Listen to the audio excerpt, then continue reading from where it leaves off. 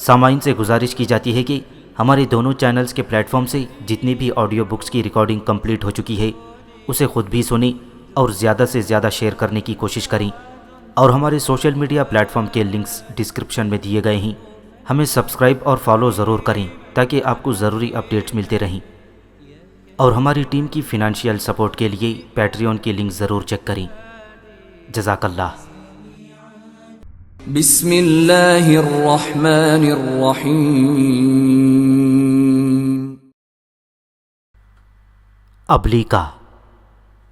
صدیوں کے سکوت میں لپٹی ایک حسین داستان۔ مصنف اسلم راہی MA۔ ایپیسوڈ 53۔ رات آدھی گزر گئی تھی۔ دریائے نیل کے کنارے اپنے محل میں یوناف گہری نیند سو رہا تھا۔ ہر طرف ہو کا عالم تھا۔ محل رات کے وقت یوں لگ رہا تھا جیسے برسوں سے سمندر کے اندر ڈوبی ہوئی کوئی عمارت اچانک ابھر کر سطح پر آ گئی ہو۔ چاند اپنی پوری آب و تاب اور توانائی کے ساتھ آسمان کے وسط میں چمکتا دھرتی کے سینے کو روشن کیے ہوئے تھا۔ چاندنی اور اندھیرے کے نقوش سے کھیلتی ہوئی دریائے نیل کی لہریں جنوب سے شمال کی طرف رواں دوان تھی۔ ایسے میں ابلیکا نے یوناف کی گردن پر لمس دیا۔ یوناف بدحواسی کے عالم میں بری طرح چونکتے ہوئے اٹھ بیٹھا۔ پھر اس نے قدرے دھیمی آواز میں کہا، اے ابلیکا،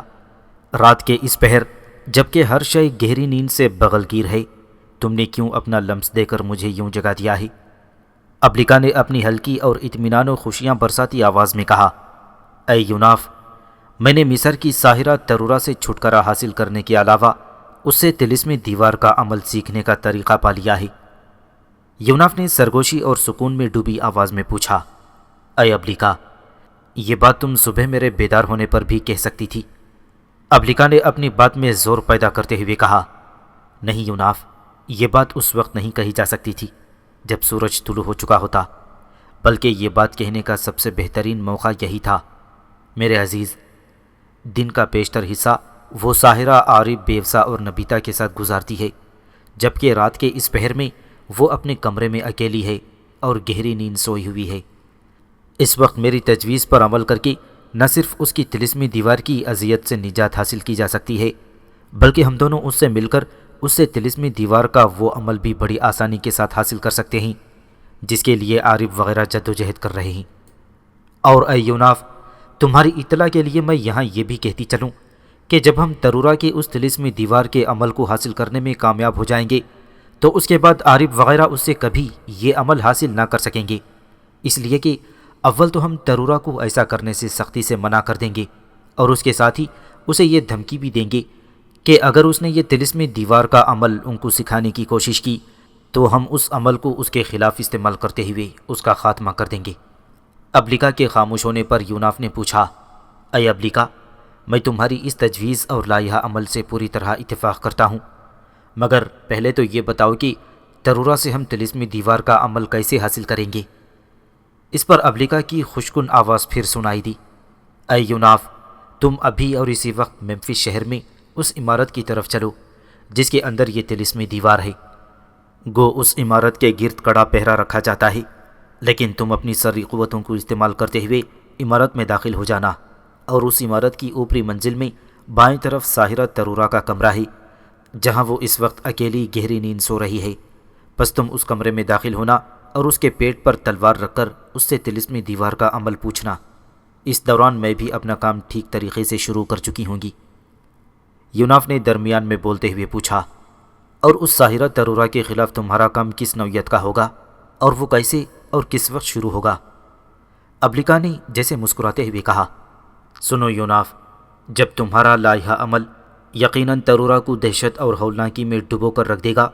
اور وہ اس طرح کہ میں پہلے ساحرہ ترورا کی گردن پر ایک انتہائی باریک اور تیز سانپ کی صورت میں بڑی تیزی سے چکر دوں گی، پھر اس سانپ کی جسامت میں آہستہ آہستہ بڑھاتی جاؤں گی، اور ترورا یہ محسوس کرے گی کہ اس کی گردن میں جو غیر مرئی سانپ چکر لگا رہا ہے وہ آہستہ آہستہ ایک چھوٹے سانپ سے ازدے کی صورت اختیار کرتا جا رہا ہے۔ سو اس کی دہشت اور خوف میں اضافہ ہوتا جائے گا، اور ایک وقت آئے گا کہ اس خوف اور دہشت کے سامنے ساحرہ ترورا آپ سے آپ ہمارے آگے اپنا طلسمی دیوار کا عمل اگل دے گی۔ یوناف نے خوشی اور اطمینان کا اظہار کرتے ہوئے اس بار خوشکن آواز میں کہا، اے ابلیکا، تمہارا طریقہ کار بہترین ہے اور اس سے کام لے کر ہم ساحرہ ترورا کو اپنے سامنے واقعی مجبور اور بے بس کر سکتے ہیں۔ اے ابلیکا، آؤ اب اس طلسمی مکان کا رخ کریں۔ ابلیکا نے تائید کرتے ہوئے کہا، ہاں چلو چلیں، اور دونوں مل کر ساحرہ ترورا کو اپنے سامنے بالکل بے بس اور لاچار بنا کر رکھ دیں گے کہ وہ اپنا سحری عمل اگل دے۔ اس کے ساتھ ہی یوناف اپنی سری قوتوں کو عمل میں لاتے ہوئے دریائے نیل کے کنارے شوتار کے محل سے غائب ہو گیا۔ اپنی سری قوتوں کو استعمال کرتے ہوئے گہری رات کی خاموشی اور تاریکی میں یوناف ساحرہ ترورا کے کمرے میں داخل ہوا۔ اس نے دیکھا کمرے میں ایک صندل کی چھوٹی سی مشل جل رہی تھی، جس کی وجہ سے کمرے میں ہلکی ہلکی خوشکن مہک پھیلی ہوئی تھی، اور کمرے کے دائیں طرف والے کونے میں ساحرہ ترورا اپنے پلنگ پر گہری اور بے خبری کی نیند سوئی ہوئی تھی۔ ترورا کے بستر کی طرف جاتے ہوئے یوناف نے اپنی تلوار بے نیام کی، اس پر اپنا کوئی سحری عمل کیا اور ترورا کے پلنگ کے قریب جا کر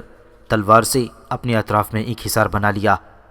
پھر اس حصار کے اندر کھڑے ہو کر اس نے ترورا کا شانہ پکڑ کر جھنجھوڑا۔ اس پر ترورا بدحواسی کے عالم میں اٹھ کھڑی ہوئی اور اپنے سامنے کھڑے یوناف کو حیرت اور خوف کے ملے جلے جذبات کے تحت ایک ٹک دیکھنے لگی۔ اس کے چہرے پر اس وقت دنیا بھر کی پریشانیاں اور غم رقص کر رہے تھے۔ قبل اس کے کہ وہ یوناف سے کچھ پوچھتی، یوناف نے اپنی سحر زدہ تلوار کی نوک اس کے پیٹ پر رکھ دی اور اس پر ہلکا سا دباؤ ڈالتے ہوئے سرگوشی میں کہا، اے ترورا، اگر تم اپنی زندگی کی خیر اور اپنے روح و بدن کے سنگم و اتصال کو قائم رکھنا چاہتی ہو تو جو کچھ بھی میں پوچھتا ہوں اس سے کسی جھوٹ اور منافقت کی بنا پر انکار مت کرنا۔ ترورا نے کچھ خود کو سنبھالتے ہوئے سوال کیا، آخر تم مجھ سے کیا چاہتے ہو جس سے میں انکار نہ کروں؟ یوناف نے پھر کہا، میں تم سے تمہاری طلسمی دیوار کے سحری عمل کو جاننا چاہتا ہوں، اور یاد رکھو اگر تم نے انکار کیا تو میں تمہیں ایسی حالت اور کیفیت میں ڈال دوں گا کہ تم اپنے آپ کو نہ زندوں میں اور نہ ہی مردوں میں شمار کر سکو گی۔ اب ساحرہ ترورا پوری طرح سنبھل کر حالات کا جائزہ لے چکی تھی، لہٰذا اس نے سخت لہجے اور کرخت آواز میں یوناف سے کہا، اے اجنبی، میں نہیں جانتی تو کون ہے، پر سن رکھ، تو میرے ساتھ ایسا معاملہ کر کے خود اپنی موت کے دروازے پر دستک دے رہا ہے، لیکن میں تم سے یہ ضرور کہوں گی کہ اس طلسمی دیوار کے سحری عمل کا راز جاننے کے لیے اس سے پہلے بھی تیرے جیسے انگنت سر پھرے جوانوں سے میرا پالا پڑ چکا ہے، پر یاد رکھو ان میں سے کوئی بھی مجھے اپنے سامنے مجبور و بے بس کر کے اپنا گوہر مقصود حاصل نہیں کر سکا، لہٰذا میں تمہیں تنبیہ کرتی ہوں کہ میرے پیٹ سے اپنی تلوار الگ کر دو، ورنہ چند ہی لمحوں کے اندر جب میں اپنے کسی سحری عمل کی ابتدا کروں گی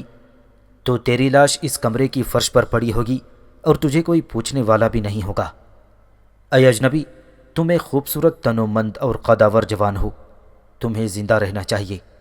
میں دل سے نہیں چاہتی کہ آج کی رات اس خاموشی اور سکوت میں تم میرے ہاتھوں ذلت اور گمنامی کی موت مارے جاؤ۔ ساحرہ ترورا کی اس دھمکی آمیز گفتگو کی پرواہ نہ کرتے ہوئے یوناف نے اس کے پیٹ پر اپنی تلوار کی نوک کا دباؤ بڑھا دیا اور ساتھ ہی اس نے مشل کی سندلی روشنی میں للکارتی ہوئی نگاہوں سے ساحرہ ترورا کو دیکھتے ہوئے کھولتی آواز میں اور قہر برساتے لہجے میں کہا، اے ساحرہ، اس وہم میں نہ رہنا کہ رات کے ان سناٹوں میں تیرا پالا کسی عام آدمی سے پڑا ہے، میں تجھ سے بھی زیادہ سحری اور مافوق الفطرت قوتوں کا مالک ہوں۔ اگر اس بارے میں تجھے کوئی شک ہو تو اے ساحرہ، تو اپنی ہر سحری قوت کو میرے خلاف آزما کر دیکھ لے، میں تجھے یقین دلاتا ہوں کہ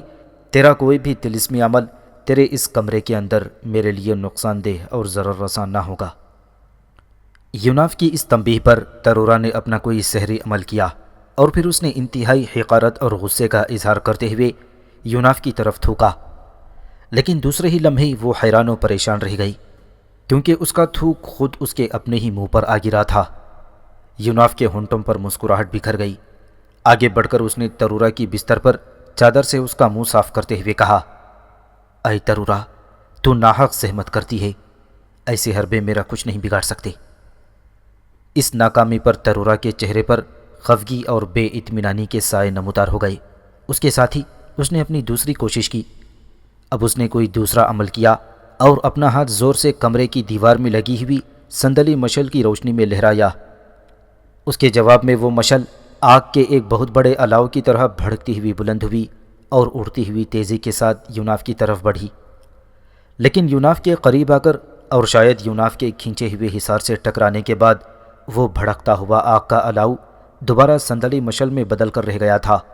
اور پھر وہ مشل دوبارہ اپنی جگہ پر دیوار میں جا پیوست ہو گئی۔ اس بار یوناف نے طنزیہ لہجے میں کہا، اے ساحرہ ترورا، اب تیرا کیا ارادہ ہے؟ تو 2 بار مجھے نقصان پہنچانے کے لیے اپنے سحری عمل آزما چکی ہے، اور تو دیکھتی ہے کہ دونوں ہی بار تجھے نامرادی اور ناکامی کا سامنا کرنا پڑا ہے۔ لہٰذا اب میں آخری بار تمہیں تنبیہ کرتا ہوں کہ مجھے اپنی طلسمی دیوار کے عمل سے آگاہ کر دو، ورنہ میں تمہارے حسین اور پرسکون زندگی کو دہکتا ہوا جہنم بنا دوں گا۔ ساحرہ ترورا نے اس بار بھی ضد اور ہٹ دھرمی سے کام لیتے ہوئے کہا، شاید تم مجھے نہیں جانتے، انتہائی ضد اور ہٹ دھرمی عورت ہوں۔ تم مجھے جان سے مار سکتے ہو پر مجھ سے یہ سحری عمل حاصل نہیں کر سکتے، اس لیے کہ ساحرہ ترورا کہتے کہتے رک گئی۔ اس کا بدن خوف اور دہشت کے باعث لرزنے کانپنے لگا تھا، اور اس کے چہرے پر اداسیوں اور غموں میں رقص کرتی ہوئی گہری پیلاہٹیں ناچ اٹھی تھیں۔ یوناف نے اندازہ لگا لیا کہ ابلیکا اپنے کام کی ابتدا کرتے ہوئے ترورا کے خلاف حرکت میں آ چکی ہے، اور وہ باریک سام کی صورت میں ترورا کی گردن کے گرد تیزی سے چکر لگا رہی ہے۔ یوناف نے اپنی آواز میں اور زیادہ صفاقی سختی، ہولناکی اور بھیانک پن پیدا کرتے ہوئے کہا، اے ترورا، تیری گردن کے گرد جو میری سری قوت تیزی سے حرکت کرتی ہوئی سام کی صورت میں اپنی جسامت کو بڑھاتی چلی جا رہی ہے، وہ عنقریب یوں ہی مزید بڑھتی ہوئی ایک دیو پیکر ازدھے کی صورت اختیار کر کے تیرے بدن کو نگل جائے گی۔ پھر اسی غیر مرئی ازدھے کے پیٹ میں، اے ساحرہ ترورا، تجھے اپنی زندگی کے باقی دن گزارنا ہوں گے۔ اس پر ترورا انتہائی بے بسی سے تیزی سے چلا اٹھی، اے اجنبی، میں نہیں جانتی کہ تو کون ہے، پر تو اگر مجھے اپنی اس سری قوت سے نجات دے جو میری گردن کے گرد چکر لگاتی ہوئی اپنی جسمانی ساخت بڑھاتی چلی جا رہی ہے، تو میں وعدہ کرتی ہوں کہ تمہیں اپنی اس طلسمی دیوار کا عمل سکھا دوں گی۔ یوناف نے مسکرا کر کہا، اے ساحرہ ترورا، تیری گردن کے گرد جو میری سری قوت کار فرما ہے، اس کی طرف سے میں تمہیں زندگی کی ضمانت دیتا ہوں۔ تم اس کی طرف سے بے فکر ہو کر مجھے اپنے سحری عمل کے متعلق بتانا شروع کر دو۔ ابلیکا نے یوناف کی اس بات کے جواب میں شاید ساحرہ ترورا کی گردن پر چکر دینا بند کر دیے تھے، اور اس وجہ سے ترورا کی حالت کچھ سنبھل گئی۔ پھر اس نے یوناف کو مخاطب کرتے ہوئے کہا، اے اجنبی، میں تمہیں ایک شرط اور ایک وعدے پر اپنی طلسمی دیوار کا عمل بتانے کو تیار ہوں۔ یوناف نے جھٹ سے پوچھا، وہ شرط کیا ہے؟ ترورا نے کہا، شرط یہ ہے کہ میرا بتایا ہوا یہ سحری عمل اپنے بعد کسی اور کو نہ سکھاؤ گے، تاکہ یہ سحری عمل میرے اور تمہارے درمیان ہی رہے۔ یوناف نے نرم آواز میں اسے یقین دہانی کرائی، اے ساحرہ ترورا، میں وعدہ کرتا ہوں کہ تم سے یہ سحری عمل حاصل کرنے کے بعد کسی اور کو نہ بتاؤں گا، تم اس بارے میں مطمئن رہو۔ اس پر ترورا اٹھ کر اپنے بستر پر بیٹھ گئی۔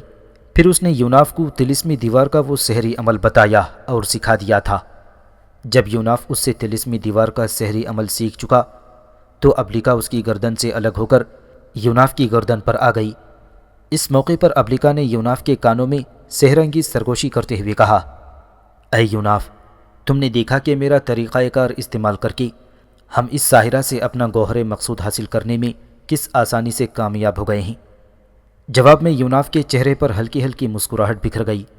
پھر اس نے ابلیکا کی بات کا کوئی جواب نہ دیا، بلکہ ترورا کو مخاطب کر کے کہا، اے ترورا، تم نے چونکہ یہ سحری عمل سکھانے سے قبل مجھ پر یہ پابندی عائد کی ہے کہ میں یہ عمل آگے کسی کو نہ سکھاؤں گا، سو اے ترورا، یہ عمل حاصل کرنے کے بعد میں بھی تم پر ایک پابندی عائد کرتا ہوں۔ ترورا نے چونک کر پوچھا، کیسی پابندی؟ یوناف نے نرم آواز میں جواب دیا، وہ پابندی یہ ہے کہ تم یہ سحری عمل عارب بیوسا اور نبیتا کو نہ سکھاؤ گی، اور اگر تم نے ایسا کیا تو یاد رکھو کہ تم نے جس وقت ان کو یہ عمل سکھایا میں تمہاری زندگی کا خاتمہ کر دوں گا۔ اور اے ساحرہ ترورا، سنو کہ میرا نام یوناف ہے، ہاں وہی یوناف کہ جب تم نے اپنی اس طلسمی دیوار کی تکمیل کی تھی تو سب سے پہلے عارب نے میری ہی تصویر اس دیوار پر بنائی تھی۔ اور یاد رکھو اے ترورا، تم حیران نہ ہونا، میں اپنی سری قوتوں کو استعمال کرتے ہوئے تمہارے اس عمل سے بچ نکلا تھا۔ یوناف نے اپنا سلسلہ کلام جاری رکھتے ہوئے کہا، اے ترورا، میں اپنا مقصد حاصل کرنے میں کامیاب رہا ہوں، لیکن ساتھ ہی ساتھ میں تمہاری مدد کرنے کا بھی وعدہ کرتا ہوں، اور وہ اس طرح کی۔ سن رکھو، عارب، بیوسا اور نبیتا بھی انگنت سری قوتوں کے مالک ہیں۔ اگر یہ کبھی اپنی انہی قوتوں کو استعمال کرتے ہوئے تم سے تمہارا سحری عمل زبردستی حاصل کرنے کی کوشش کریں تو تم دریائے نیل کے کنارے میرے محل میں آ جانا، میں ان تینوں سے تمہاری حفاظت کروں گا۔ میرا یہ محل شوتار محل کہلاتا ہے اور نیل کے کنارے ممفس شہر کے شمال میں ہے، اور اس محل سے متعلق لوگوں کا عام خیال یہی ہے کہ اس کے اندر ارواح اور دیگر مافوق الفطرت لوگ رہتے ہیں، اور محل کے آس پاس کے لوگ اسی وجہ سے خوفزدہ رہتے ہیں اور اس محل کی طرف آنے کی کوشش نہیں کرتے۔ یوناف کے اس انکشاف پر ترورا کے چہرے پر سکون اور اطمینان سا بکھر گیا تھا۔ پھر اس نے استفہامیہ انداز میں پوچھا، اوہ، تو تم ہو یوناف جس سے عارب، بیوسا اور نبیتا ہر لمحہ خوفزدہ رہتے ہیں؟ بلکہ میں یہ بھی کہوں کہ عزازیل بھی تمہاری سری قوتوں کی تعریف کرتا ہے۔ اے یوناف، اب جب کہ تم نے اپنی اصلیت مجھ پر ظاہر کر دی ہے تو میں فخر محسوس کرتی ہوں کہ میں نے اپنا سحری عمل انتہائی مناسب اور سود مند جوان کو سکھایا ہے۔ اے یوناف، اگر تم عارب، بیوسا اور نبیتا کے مقابلے میں میری حفاظت کا عہد کرتے ہو تو سن رکھو، آئندہ میں بھی اپنی ساری قوتوں کے ساتھ تمہارا ساتھ دوں گی۔ اے یوناف، ان تینوں کا میرے ساتھ اس محل کے اندر رہنے کا اصل مقصد یہی ہے کہ وہ مجھ سے کسی نہ کسی طرح اس طلسمی دیوار کا عمل حاصل کریں۔ پہلے میں نے عہد کر رکھا تھا کہ اگر وہ قابل اعتماد اور بھروسے کے لائق ہوئے تو میں انہیں یہ عمل سکھا دوں گی، لیکن اب جب کہ مجھے تمہارا ساتھ اور حمایت حاصل ہے تو میں اعلانیہ طور پر انہیں کہہ دوں گی کہ میں یہ عمل انہیں نہیں سکھا سکتی۔ اے یوناف، ایک بات تو کہو۔ یوناف نے مزاحیہ انداز میں پوچھا، کیا کہوں؟ ترورا نے بھی مسکراتے ہوئے کہا،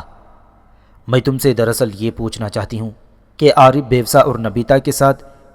کسی تکرار یا جھگڑے میں اگر عزازیل بھی ملوث ہو گیا تو کیا اس کے مقابلے میں بھی تم میری مدد کرو گے؟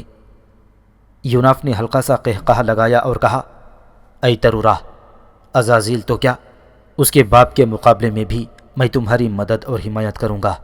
اور یاد رکھو، اگر عزازیل نے تمہیں نقصان پہنچانے کی کوشش کی تو میں تمہاری حفاظت کرتے ہوئے اسے بھی مار بھگاؤں گا۔ اس پر ترورا نے پر اطمینان آواز میں کہا، اب میں تمہاری طرح مطمئن ہوں اور بے فکر ہو گئی ہوں، اور میں اس تاریکی میں آج سے عارب، بیوسا اور نبیتا کی مخالفت کرنے اور تمہارا ساتھ دینے کا عہد کرتی ہوں۔ یوناف نے کہا، اب تم آرام کرو، میں جاتا ہوں، کیونکہ جس کام کے لیے میں یہاں آیا تھا وہ ہو چکا ہے، اور ہاں، جب بھی تمہیں میری ضرورت پڑے تم بلا جھجک دریائے نیل کے کنارے ممفس شہر کے جنوب میں شوتار کے محل میں آ جانا۔ یوناف خاموش ہو گیا کیونکہ ترورا کے دروازے پر زور سے دستک ہوئی تھی۔ ترورا چونک کر اپنے پلنگ سے اٹھ کھڑی ہوئی اور کسی قدر بے تابی اور بے چینی کا اظہار کرتے ہوئے اس نے کہا، یوناف، تم فوراً یہاں سے چلے جاؤ۔ میرے خیال میں دروازے پر دستک دینے والے عارب، بیوسا اور نبیتا ہیں، شاید انہیں تمہارے یہاں آنے کی اطلاع ہو گئی ہے، اس لیے میں تم سے التجا کرتی ہوں کہ یہاں سے چلے جاؤ تاکہ یہ معاملہ یہیں دب کر آگے نہ بڑھنے پائے۔ یوناف نے اپنے حصار سے باہر آتے ہوئے کہا، تم ان تینوں سے ڈر کیوں رہی ہو؟ آگے بڑھ کر دروازہ کھول دو، میں دیکھتا ہوں وہ تینوں تمہارا کیا بگاڑتے ہیں۔ ترورا نے اس بار منت کرنے کے انداز میں کہا، نہیں، تم یہاں سے چلو یوناف، میں نہیں چاہتی کہ میرے اور تمہارے تعلقات کی ابتدا ہوتے ہی میری وجہ سے تمہارا ٹکراؤ ان تینوں سے ہو جائے۔ اے یوناف، میں عمر میں تم سے بڑی ہوں، آج سے تم میرے چھوٹے اور عزیز بھائی ہو، اب تمہاری زندگی مجھے اپنی جان جیسی عزیز ہے،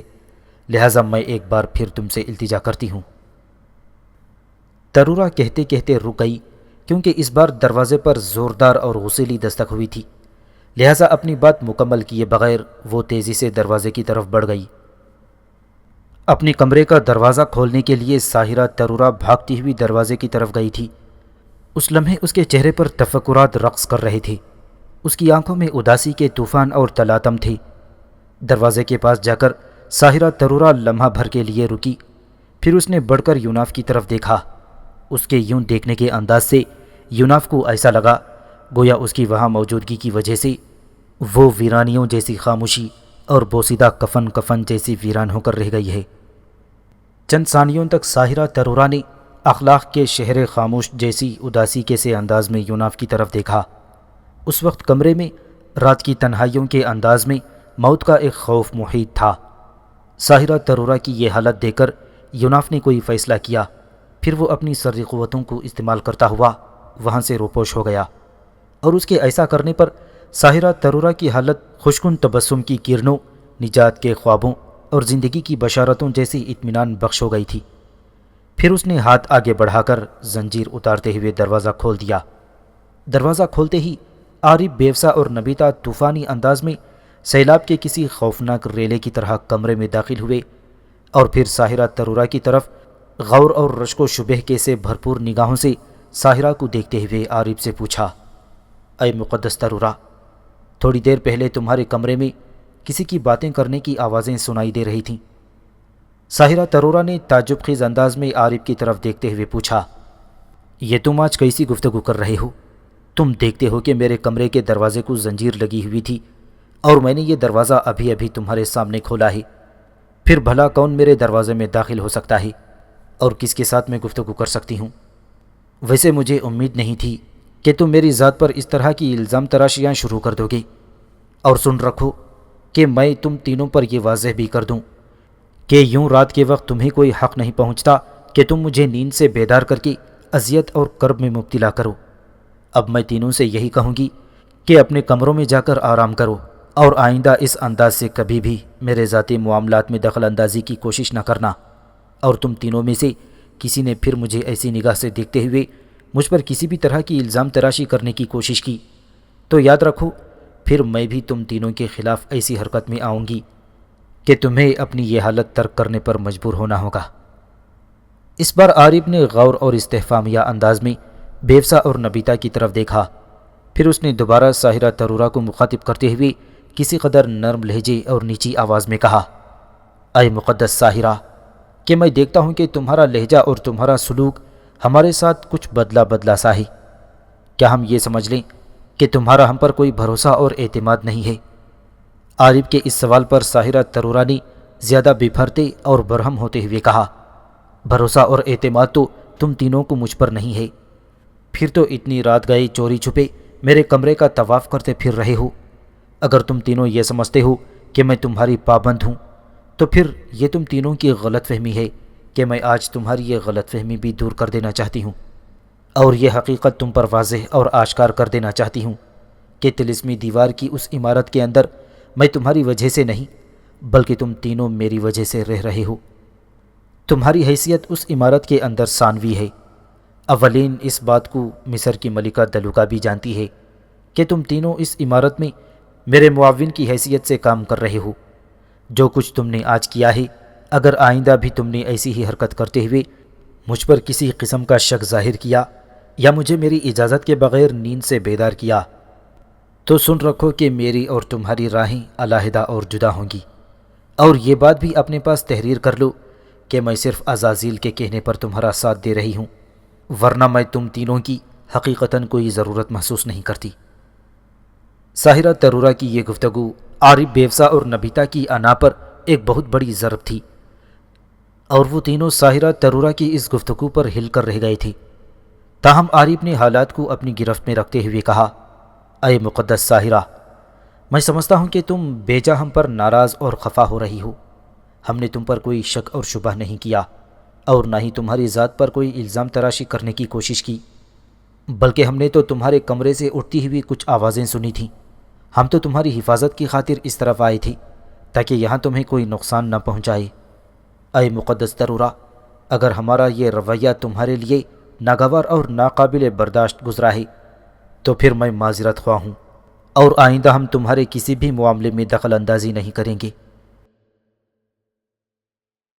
اس کے ساتھ ہی عارف نے بیوسا اور نبیتا کو آنکھ کا اشارہ کیا، اور وہ تینوں ایک ساتھ کمرے سے باہر چلے گئے،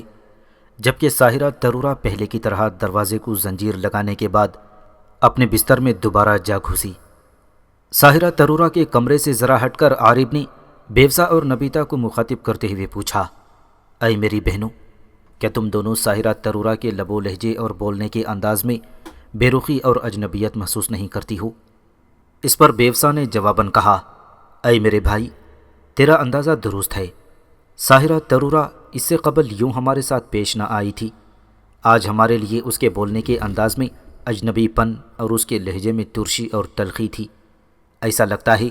گویا کسی قوت نے اسے ہمارے خلاف ابھارا اور بھڑکا دیا ہو۔ اور اے میرے بھائی، مجھے خدشہ ہے کہ اس نے کہیں یوناف کے ساتھ رابطہ نہ کر لیا ہو۔ بیوسا کے خاموش ہونے پر نبیتا نے اپنے خیالات کا اظہار کرتے ہوئے کہا، اے بیوسا میری بہن، تمہارے خدشات کسی حد تک درست ہیں۔ پھر یہ ساحرہ کیسے اور کیوں کر یوناف کے ساتھ رابطہ قائم کر سکتی ہے، جبکہ طلسمی دیوار کے تعمیر کے پہلے ہی دن ہم یوناف کو ایک عذاب اور کرب میں مبتلا کر چکے ہیں؟ پھر کیسے اور کیوں کر ترورہ اور یوناف کے تعلقات استوار ہو سکتے ہیں؟ مجھے یہ بھی خدشہ ہے کہ کہیں مصر کی ملکہ دلوکا نے ہی ساحرہ کو یہ حکم نہ دیا ہو کہ وہ ہمارے ساتھ ایسا رویہ اور سلوک رکھے۔ بہرحال وجہ کچھ بھی ہو، اب ہمیں ترورہ کے معاملے میں محتاط اور چوکنا ہو جانا چاہیے۔ آخر میں عارب نے اپنے خیالات کا اظہار کرتے ہوئے کہا، اے میری بہنوں، اگر ساحرہ ترورہ نے یوناف کے ساتھ رابطہ قائم کر لیا ہے تو پھر واقعی ہمیں محتاط ہو جانا چاہیے، ورنہ یہ ساحرہ ترورہ یوناف کے ساتھ مل کر ہمارے لیے خطرناک ثابت بھی ہو سکتی ہے۔ میری بہنوں، رات کے اس وقت اب اس موضوع کو ترک کرو اور اپنے کمرے میں جا کر آرام کرو۔ اور اس کے ساتھ ہی عارب وہاں سے ہٹ گیا، جبکہ بیوسا اور نبیتا اپنی خوابگاہ کی طرف چلی گئی تھیں۔ ترورہ کے ساتھ اپنا معاملہ طے کرنے کے بعد یوناف دریائے نیل کے کنارے جب اپنے محل میں داخل ہوا تو ابلیکا اس کی گردن پر لمس دیتی ہوئی بولی، اے یوناف، اب جب کہ تم طلسمی دیوار کے عمل کو حاصل کر چکے ہو تو آؤ اس گزرتی شب میں اس عمل کو استعمال کرتے ہوئے ہم بھی اس طلسمی دیوار کی تعمیر کر لیں، اور پھر اس دیوار کو ویسے ہی عارب کے خلاف حرکت میں لائیں جس طرح وہ ترورہ کی طلسمی دیوار کو ہمارے خلاف حرکت میں لایا تھا۔ یوناف نے تائید کرتے ہوئے کہا، تم ٹھیک کہتی ہو ابلیکا، ابھی تھوڑی دیر تک میں اس دیوار کو مکمل کر لیتا ہوں، پھر اسے عارب کے خلاف آزماتا ہوں۔ اس گفتگو کے بعد یوناف اپنے محل کے اندرونی حصے کی ایک دیوار کو طلسمی دیوار میں تبدیل کرنے لگا تھا، جبکہ اس کام میں ابلیکا بھی اس کی مدد کر رہی تھی۔ جب وہ طلسمی دیوار تیار ہو گئی تو یوناف نے جلی ہوئی لکڑی کے ایک کوئلے سے دیوار پر عارب کی تصویر بنائی، پھر اس تصویر کے پیٹ کے حصے پر عارب کا نام لکھا۔ پھر اس نے طلسمی دیوار کا عمل شروع کرتے ہوئے دیوار پر بنی ہوئی عارب کی تصویر کو چھری سے اذیتیں دینا شروع کر دی تھیں۔ اس موقع پر ابلیکا نے پھر یوناف کی گردن پر لمس دیتے ہوئے مشورہ دیا، اے یوناف، تم یوں ہی عارب کو اذیتیں دیتے رہو، اور میں یہ دیکھ کر آتی ہوں کہ وہ تمہارے اس سری عمل سے کس قدر اذیت اور دکھ میں مبتلا ہے۔ یوناف نے مسکراتے ہوئے کہا، ہاں ابلیکا، یہ ٹھیک ہے، میں عارب کو اذیتیں دینے کا سلسلہ جاری رکھتا ہوں، تم جاؤ اور واپس آ کر مجھے اس کی حالت سے آگاہ کرو۔ پس ابلیکا یوناف کی گردن سے علیحدہ ہو کر چلی گئی تھی۔ یوناف کے اس طلسمی دیوار کے عمل سے رات کے پچھلے حصے میں عارب کرب اور اذیت میں تلملا اٹھا تھا، اور وہ اپنے بستر سے اٹھ کر کمرے کے اندر ادھر ادھر بھاگتا ہوا شور و وافلہ کرنے لگا تھا۔ تھوڑی ہی دیر بعد اس کا شور سن کر بیوسا اور نبیتا بھی بھاگتی ہوئی کمرے میں داخل ہوئیں، اور ان دونوں نے دیکھا عارب کی حالت بری ہو رہی تھی۔ وہ اپنا سر پیٹنے کے ساتھ ساتھ چلا بھی رہا تھا، اور اس کے جسم کے مختلف حصوں سے خون بہہ کر اس کے کپڑوں کو رنگین کرتا جا رہا تھا۔ بیوسا اور نبیتا عارب کی حالت پر دونوں تڑپ کر رہ گئی تھیں۔ پھر وہ بھاگ کر آگے بڑھیں اور دونوں نے عارب کو پکڑ کر سنبھالا اور اسے اس کے بستر پر بٹھاتے ہوئے نبیتا نے پوچھا، اے میرے بھائی، تمہاری کیا حالت ہو رہی ہے اور تمہیں کیا تکلیف ہے؟ عارب نے انتہائی مشکل سے اپنی اس اذیت پر ضبط کرتے ہوئے کہا، اے میری بہنوں، ایسا لگتا ہے جیسے ساحرہ ترورہ نے طلسمی دیوار پر میری تصویر بنا کر اسے اذیت دینی شروع کر دی ہو۔ یقیناً یہ ویسی ہی اذیت ہے جو طلسمی دیوار سے دی جا سکتی ہے۔ کیا تم دونوں بہنیں نہیں دیکھتی ہو کہ میرے اس عذاب کے علاوہ میرے جسم پر جگہ جگہ خراشیں بھی از خود ہی آ گئی ہیں اور ان سے خون نکلنا شروع ہو چکا ہے؟ مجھے ایسا محسوس ہو رہا ہے جیسے کوئی انتہائی بے رحمی سے چھری کے ساتھ میرے جسم کو اذیتیں دے رہا ہے۔ اور یہ بھی سن رکھو میری بہنوں کہ اگر یہ اذیت زیادہ دیر رہی تو میرے لیے یہ نسبتاً ناقابل برداشت ہوگی، اور میں نہیں جانتا کہ پھر میرا انجام کیا ہوگا۔ عارب کی اس گفتگو پر بیوسا نے انتہائی فکر و غم میں نبیتا کو مخاطب کر کے کہا، اے نبیتا میری بہن، تم یہیں رہو اور عارب کو سنبھالا دو۔ میں طلسمی دیوار کو جا کر دیکھتی ہوں کہ وہاں ترورا نے عارب کی تصویر بنا کر اسے اذیت میں تو نہیں مبتلا کر رکھا۔ ہو سکتا ہے کہ رات کے وقت جو ہماری اس سے تلخ کلامی ہوئی تھی تو اس کے نتیجے میں اس نے یہ حرکت کر دی ہو۔ اس پر نبیتا نے انتہائی غصے میں دانت پیستے ہوئے کہا، اگر ساحرہ ترورا نے ایسی گری ہوئی حرکت کی تو وہ بھی ہمارے عذاب اور ہماری قہرمانی سے بچ نہیں سکے گی۔ اے بیوسا، تم جاؤ، دیکھ کر آؤ، میں عارب کو سنبھالتی ہوں۔ پس بیوسا اپنی سری قوتوں کو حرکت میں لائی اور وہ وہاں سے غائب ہو گئی تھی۔ تھوڑی ہی دیر بعد بیوسا لوٹ کر آئی اور اس نے عارب اور نبیتا کو مخاطب کرتے ہوئے کہا، اے عارب اور نبیتا، میں حیران ہوں کہ ساحرہ ترورا سوئی ہوئی ہے اور طلسمی دیوار پر کسی قسم کی کوئی تصویر بھی نہیں، پھر عارب یہ کیسی مصیبت اور اذیت میں مبتلا ہے؟ خود دیکھ کر آ رہی ہوں کہ طلسمی دیوار بغیر کسی نقش کے ہے، جبکہ ساحرہ ترورا اپنی خوابگاہ میں گہری نیند سو رہی ہے۔ اب سوچنے کا یہ مقام ہے کہ یہ عارب کو کس کی طرف سے اذیت پہنچائی جا رہی ہے، اور اگر جیسا کہ عارب خدشات ظاہر کر رہا ہے یہ اذیت اسے طلسمی دیوار سے مل رہی ہے، تو پھر میں سمجھتی ہوں کہ ساحرہ ترورا کے علاوہ کوئی اور بھی طلسمی دیوار کا عمل جانتا ہے، اور وہ اس وقت ہمارے خلاف متحرک ہے۔ اور اے نبیتا، یہ بھی ممکن ہے کہ جس طرح عزازیل نے ہمارے لیے طلسماتی دیوار کا عمل جاننے والی اس ساحرہ ترورا کو تلاش کیا ہے، ایسے ہی کسی اور کو بھی یوناف نے تلاش کر لیا ہے جو طلسمی دیوار کے عمل پر عبور رکھتا ہے، اور اگر ایسا ہو چکا ہے تو پھر یوناف ہمارے لیے پہلے سے زیادہ خطرناک اور تکلیف دہ ہو جائے گا۔ بیوسا کہتے کہتے خاموش ہو گئی تھی، کیونکہ رات کے اس وقت ان کے کمرے میں عزازیل نمودار ہوا تھا، اور اسے دیکھتے ہی بیوسا اور نبیتا دونوں کھڑی ہو گئی تھیں۔ قریب آ کر عزازیل نے بیوسا اور نبیتا کو مخاطب کرتے ہوئے پوچھا کہ عارب کیسی اذیت میں مبتلا ہے جو اس کے جسم پر جگہ جگہ سے خون بہہ رہا ہے، اور یہ ایک ناقابل برداشت تکلیف میں مبتلا دکھائی دے رہا ہے۔ قبل اس کے کہ بیوسا یا نبیتا میں سے کوئی بولتا، عارب خود ہی عزازیل کو مخاطب کرتے ہوئے کہنے لگا، اے آقا، مجھے یوں لگ رہا ہے جیسے کوئی طلسمی دیوار کے عمل کو میرے خلاف حرکت میں لائے ہوئے ہے۔ میں نے بیوسا کو بھیج کر پتہ کرایا ہے کہ شاید ساحرہ ترورا کی طرف سے مجھے اس تکلیف میں مبتلا کرنے کی کوشش کی گئی ہو، لیکن ساحرہ ترورا اس وقت اپنے کمرے میں گہری نیند سو رہی ہے، جبکہ وہ طلسمی دیوار ہر طرح کے نقشے سے خالی ہے۔ پھر نہ جانے کس کی طرف سے مجھے ایسی تکلیف میں مبتلا کر لیا گیا ہے، اور اگر یہ یوناف کی طرف سے ہے تو پھر یقیناً یوناف ہمارے لیے پہلے سے کہیں زیادہ خطرناک اور تکلیف دہ ہو چکا ہے۔ عارب کی یہ گفتگو سن کر عزازیل کے چہرے پر ہلکی ہلکی سی مسکراہٹ نمودار ہوئی، پھر وہ چند قدم آگے بڑھتا ہوا بولا، اے عارب، یہ کوئی اتنی اہمیت کی بات نہیں ہے، دیکھو میں ابھی تمہیں اس اذیت سے نجات دیے دیتا ہوں۔ اس کے ساتھ ہی عزازیل آگے بڑھا اور پھر وہ عارب کی طرف اپنی پشت کر کے کھڑا ہو گیا۔ اس کے ساتھ ہی اس نے اپنے پاؤں کو کچھ پھیلایا اور دونوں بازو فضا کے اندر خوب اکڑ کر بلند کرتے ہوئے اس نے کوئی عمل شروع کیا جس کے جواب میں عارب کی تکلیف جاتی رہی تھی۔ وہ بالکل پرسکون ہو گیا تھا اور اس کے جسم سے جو خون بہنے لگا تھا وہ بھی اب بند ہو چکا تھا۔ عزازیل نے اپنے دونوں بازو فضا میں بلند رکھتے ہوئے ہی مڑ کر عارب کی طرف دیکھا اور اسے پرسکون پا کر اس نے ہلکی ہلکی مسکراہٹ میں کہا، اے عارب، جب تک میں اپنی اس انداز میں تمہارے سامنے کھڑا ہوں تمہیں کوئی اذیت اور تکلیف نہ ہوگی۔ یوناف اپنی طلسمی دیوار پر عارب کی بنائی ہوئی تصویر کو چھری سے اذیتیں دے رہا تھا کہ ابلیکا نے اس کی گردن پر لمس دیا اور کہا، اے یوناف، اب اس عمل کو بند کر دو، اس لیے کہ اس کی اب کوئی ضرورت نہیں۔ یوناف نے دیوار پر بنی ہوئی عارب کی تصویر سے چھری ہٹا لی اور پوچھا، اے ابلیکا،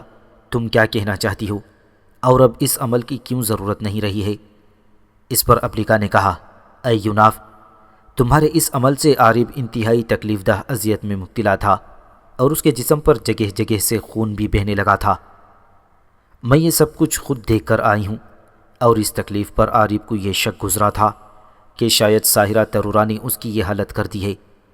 اس پر انہوں نے بیوسا کو پتہ کرنے کے لیے بھیجا، لیکن وہ یہ دیکھ کر حیران اور پریشان ہوئی کہ طلسمی دیوار پر کوئی نقش نہ تھا اور ساحرہ ترورا اپنے کمرے میں گہری نیند سو رہی تھی۔ پر تھوڑی ہی دیر بعد یوناف وہاں عزازیل نمودار ہوا۔ وہ عارف کے سامنے آ کھڑا ہوا اور اس نے وہاں اپنا کوئی ایسا عمل کیا کہ جس کی وجہ سے عارف کو طلسمی دیوار کی اس اذیت سے نجات مل گئی۔ لیکن اے یوناف، ہم عارف کے ساتھ عزازیل کو بھی معاف نہ کریں گے، اس لیے کہ عزازیل عارف، بیوسا اور نبیتا سے بھی بدترین دشمن ہے۔ لہٰذا اے یوناف، عزازیل اس وقت جس انتہائی شکل و صورت میں ہے وہ میں تمہاری اس طلسمی دیوار پر بنا دیتی ہوں۔ لہٰذا تم اس عزازیل کی شبیہ کو اپنے سری عمل سے اذیت دینا، اور اس طرح وہی اذیت عزازیل کو بھی پہنچے گی، اور اسے یہ احساس ہو جائے گا کہ اگر وہ عارف کی مدد کو آتا ہے تو عارف کی طرح اسے بھی عذاب میں مبتلا کیا جا سکتا ہے۔ یوناف نے محسوس کیا کہ ابلیکا تیزی کے ساتھ اس کی گردن سے علیحدہ ہو گئی۔ پھر یوناف نے یہ بھی دیکھا کہ اس کی طلسمی دیوار پر وہاں کوئلے کے ساتھ بڑی تیزی سے عزازیل کی شبیہ بننے لگی تھی۔ جب وہ طلسمی دیوار پر عزازیل کی وہ شبیہ مکمل ہو گئی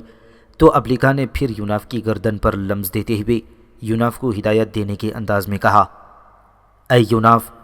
تھوڑی دیر قبل تک جس طرح تم عارف کی تصویر کو اذیت پہنچا رہے ہو، ایسے ہی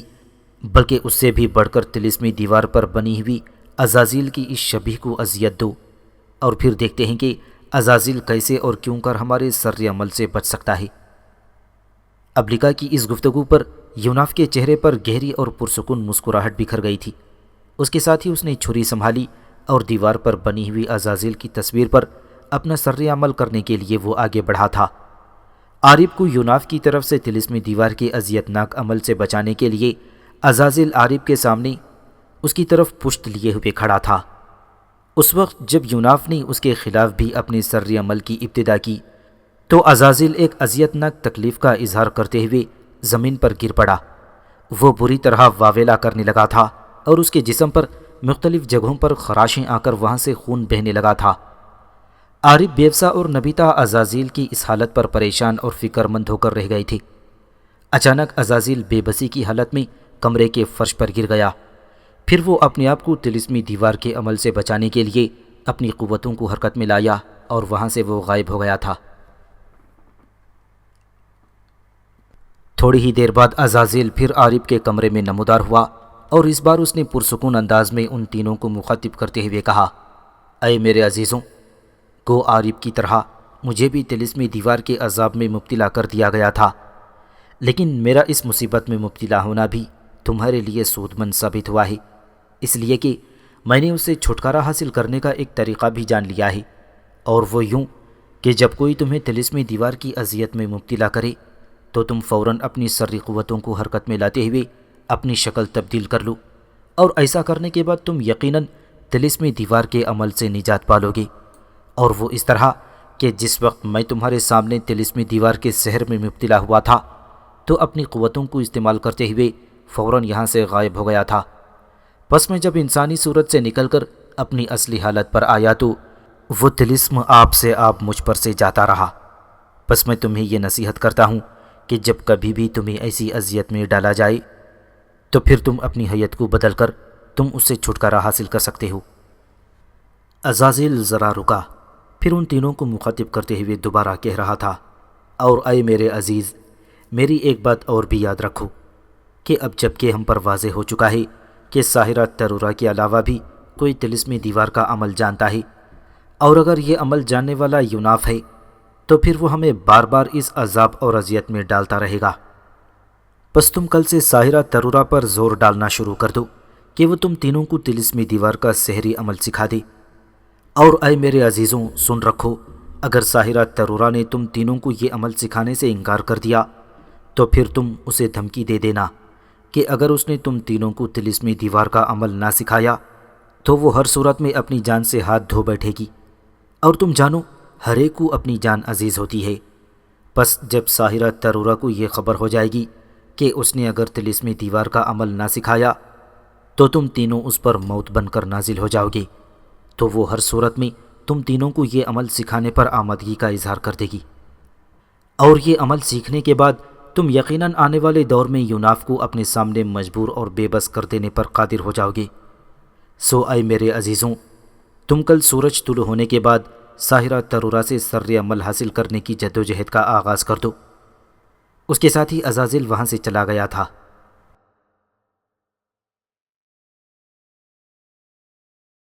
دوسرے روز جب سورج طلوع ہو چکا اور عارف، بیوسا اور نبیتا اور ترورا ایک ہی کمرے میں بیٹھ کر صبح کے ناشتے سے فارغ ہو چکے اور ساحرہ ترورا وہاں سے جانے لگی، تو عارف نے اسے مخاطب کرتے ہوئے کہا، اے ترورا، تھوڑی دیر اور یہاں بیٹھو۔ بیوسا اور نبیتا ایک اہم موضوع پر تمہارے ساتھ گفتگو کرنا چاہتے ہیں۔ عارف کے کہنے پر ترورا دوبارہ اپنی جگہ پر بیٹھتے ہوئے بولی، کہو تم تینوں مجھ سے کیا کہنا چاہتے ہو؟ اس پر عارف، بیوسا اور نبیتا نے ایک بار گہری اور زومانی نگاہوں سے ایک دوسرے کی طرف دیکھا، پھر آنکھوں ہی آنکھوں میں انہوں نے کوئی فیصلہ کر لیا۔ تب عارف اس ساحرہ ترورا کو مخاطب کرتے ہوئے بولا، اے ساحرہ، ہم تینوں نے مل کر یہ عہد اور فیصلہ کیا ہے کہ آج ہر صورت میں ہم تم پر طلسمی دیوار کا سر عمل جان کر رہیں گے۔ سو اے ساحرہ، اپنے اسی عہد، اپنے اسی فیصلے کو مد نظر رکھتے ہوئے میں تمہیں تاکید اور تنبیہ کرتا ہوں کہ تم آج ہی ہمیں طلسمی دیوار کا عمل سکھا دو، ورنہ یاد رکھو۔ عارف کی بات کاٹتے ہوئے ساحرہ ترورا نے فوراً پوچھ لیا، ورنہ تم میرا کیا بگاڑ لوگے؟ ساحرہ ترورا کے اس سوال پر عارف کی آنکھوں میں حقارت اور برہمی رقص کرنے لگی تھی، اور اس کی حالت صحرا کے شرربار بگولوں اور جان کنی کے خوفناک لمحات جیسی ہو گئی تھی۔ پھر اس نے جھلسا دینے والی آگ اور بجلیوں کی لپکتی زبان کی مانند ساحرہ ترورا کو مخاطب کر کے رگوں میں چنگاریاں بھر دینے والے لہجے اور ہولناک آواز میں کہا، اے ساحرہ ترورا، تو کسی غلط فہمی اور بدگمانی کے اندر مبتلا نہ رہنا۔ ہم تینوں طلسمی دیوار کا عمل نہ جانتے ہوئے بھی سری قوتوں میں تم سے زیادہ اہم اور پرقوت ہیں۔ بس میں تمہیں تنبیہ کرتا ہوں کہ اگر تو نے آج ہمیں طلسمی دیوار کا سر عمل نہ سکھایا تو آج کا دن تیری زندگی کا آخری دن ہوگا، اور مجھے امید ہے کہ تم موت پر زندگی کو ترجیح دیتے ہوئے ہمیں یہ سر عمل ضرور سکھا دو گی۔ عارف کی اس گفتگو پر ساحرہ ترورا کے حسین لبوں پر ہلکی ہلکی مگر طنزیہ مسکراہٹ نمودار ہوئی۔ پھر اس نے اپنی چنگاریاں برساتی ہوئی آنکھوں سے عارف کی طرف دیکھتے ہوئے طوفانی بھرپور قوت کا مظاہرہ کرنے کے انداز میں کہا، اے عارف، تم تینوں خود کسی غلط فہمی اور بدگمانی میں مبتلا نہ ہونا۔ اگر تم تینوں یہ سمجھتے ہو کہ تم مجھے موت کی دھمکی دے کر میرا یہ طلسمی دیوار کا سر عمل حاصل کرنے میں کامیاب ہو جاؤ گے، نہیں، ہرگز نہیں۔ اور سنو، یہ تمہاری بدخیالی ہے کہ اگر تم نے یہ عمل حاصل کرنے کے لیے مجھ پر سختی بھی کی تو یاد رکھنا، میں اس عمل کی ایسے حفاظت کروں گی کہ تم تینوں کے سامنے میں زندگی پر موت کو ترجیح دے دوں گی۔ تم تینوں مجھے صاف اور کھل کر سن لو کہ میں کسی بھی صورت تم تینوں کو طلسمی دیوار کا سر عمل نہ سکھاؤں گی۔ پہلے میں نے ارادہ کر لیا تھا کہ اگر تم تینوں میرے بھروسے اور اعتماد پر پورے اترے تو میں تمہیں یہ سکھا دوں گی، لیکن اب میں نے ٹھان لیا ہے کہ تم تینوں بدنیت ہونے کے ساتھ ساتھ بد معاملہ بھی ہو، لہٰذا میں تم تینوں کو یہ عمل سکھانے سے صاف طور پر انکار کرتی ہوں۔ اس پر عارف نے حیوانی اور درندگی کی سی کیفیت میں کہا، اے ساحرہ ترورا،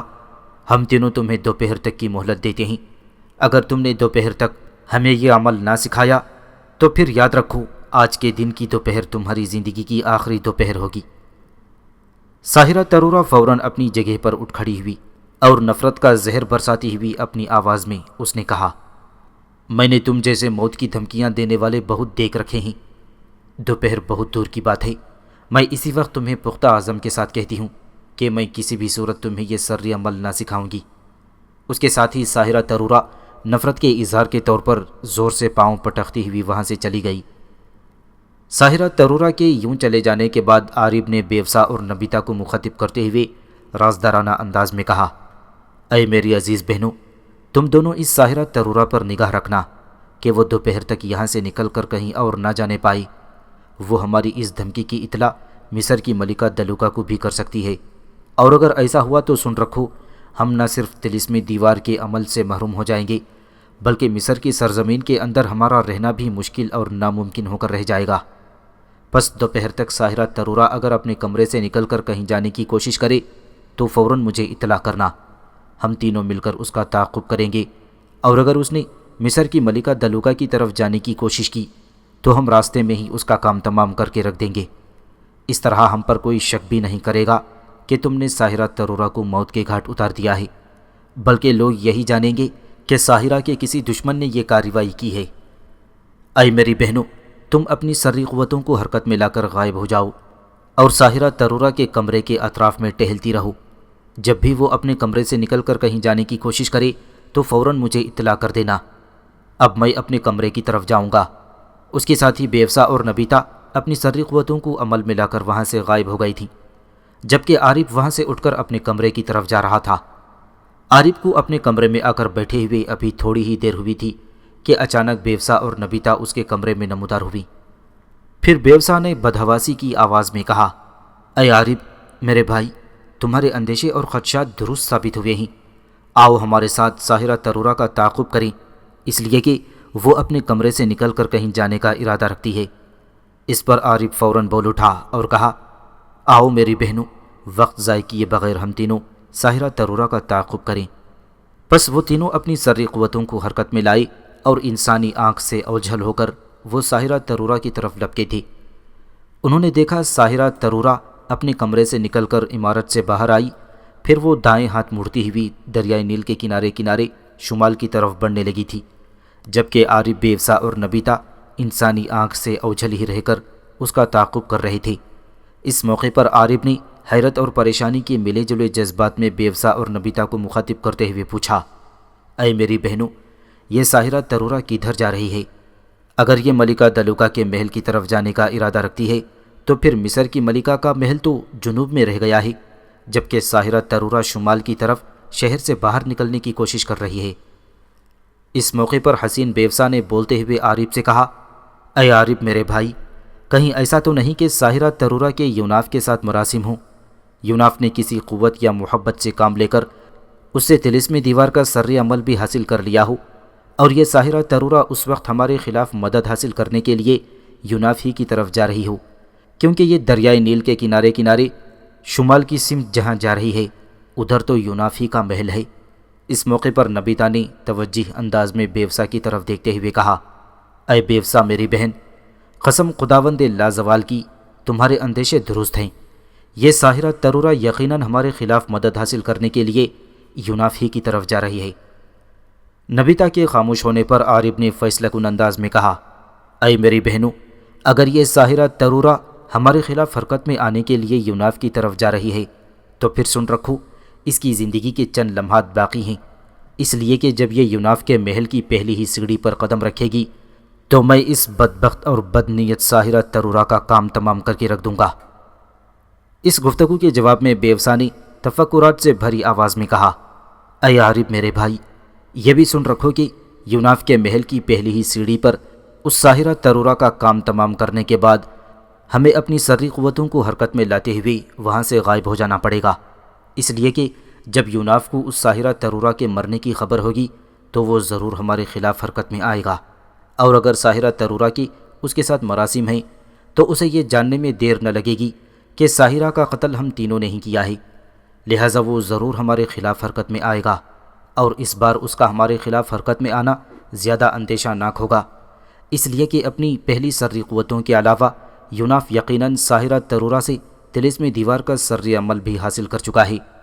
اور ہو سکتا ہے اس سر عمل کے علاوہ بھی یوناف نے ساحرہ ترورہ سے دیگر نفع بخش عمل بھی حاصل کر لیے ہوں۔ ایسی صورت میں یوناف ہمارے لیے پہلے کی نسبت زیادہ ضرر رساں اور خطرناک ثابت ہوگا، پس ہمیں یوناف کی اذیت سے بچنے کے لیے طلسم دیوار کی عمارت سے کچھ عرصے کے لیے غائب ہو کر رہنا پڑے گا اور عزازیل کے احکامات کا انتظار کرنا چاہیے، اور پھر عزازیل کے احکامات ملنے کے بعد ہم اپنے لیے کسی نئے لائحہ عمل کی ابتدا کریں گے۔ بیوسا خاموش ہوئی تو عارف نے کہا، اے بیوسا میری بہن، میں 100% تمہارے خیالات سے اتفاق کرتا ہوں۔ یقیناً ساحرہ ترورہ کا خاتمہ کرنے کے بعد ہمیں ممفس شہر سے غائب رہ کر عزازیل کے احکامات کا انتظار کرنا ہوگا، اور میرا خیال ہے کہ ساحرہ ترورہ کو قتل کرنے کے بعد ہم سقارہ کے ان میدانوں کی طرف نکل جائیں گے جہاں پر ماضی کے فرعونوں نے اپنے اہرام تعمیر کر رکھے ہیں۔ عارف کہتے کہتے خاموش ہو گیا، کیونکہ ساحرہ ترورہ دریائے نیل کے بائیں کنارے کے ساتھ ساتھ آگے بڑھتی ہوئی اب یوناف کے محل کے قریب آ گئی تھی، اس پر عارب نے پھر اپنے سلسلہ کلام کو جاری رکھتے ہوئے کہا، اے میری بہنوں، تمہارے اندیشے درست ثابت ہوئے کہ ساحرہ ترورہ یقیناً یوناف ہی کی طرف آ رہی ہے، اور میرے خیال میں یہ یوناف کو طلسم دیوار کا عمل سکھا چکی ہے، اور پچھلی رات جو مجھے اور محترم عزازیل کو اذیت اور کرب میں مبتلا کیا گیا تھا، تو میں سمجھتا ہوں یہ عمل یوناف ہی کی طرف سے تھا۔ پس اے میری بہنوں، تم دیکھتی ہو کہ یہ ساحرہ ترورہ یوناف کے محل کے قریب آ رہی ہے، سو تم دیکھو جب یہ پہلی ہی سیڑھی پر قدم رکھتی ہے تو میں کیسے ہولناک انداز میں اس کا خاتمہ کیے دیتا ہوں۔ عارب کی اس گفتگو پر بیوسا اور نبیتا خاموشی رہی، اور ساحرہ ترورہ یوناف کی طرف جانے کے لیے آگے بڑھتی ہوئی جب اس کے محل کے قریب آئی، اور جو ہی اس نے ان سیڑھیوں پر قدم رکھنا چاہا جو محل کے سامنے دریائے نیل تک پھیلی ہوئی تھیں، تو عارب اپنی کسی سری عمل کو حرکت میں لایا، اور جو ہی اس نے اپنا ہاتھ ساحرہ ترورہ کی طرف بلند کیا تو پہلی ہی سیڑھی پر قدم رکھتے ہوئے ساحرہ ترورہ نے ایک ہولناک اور کرب خیز چیخ بلند کی، اور پہلی ہی سیڑھی پر گرتے ہوئے وہ تڑپ تڑپ کر ختم ہو گئی، جبکہ عارب، بیوسا اور نبیتا وہاں سے فوراً چلے گئے تھے۔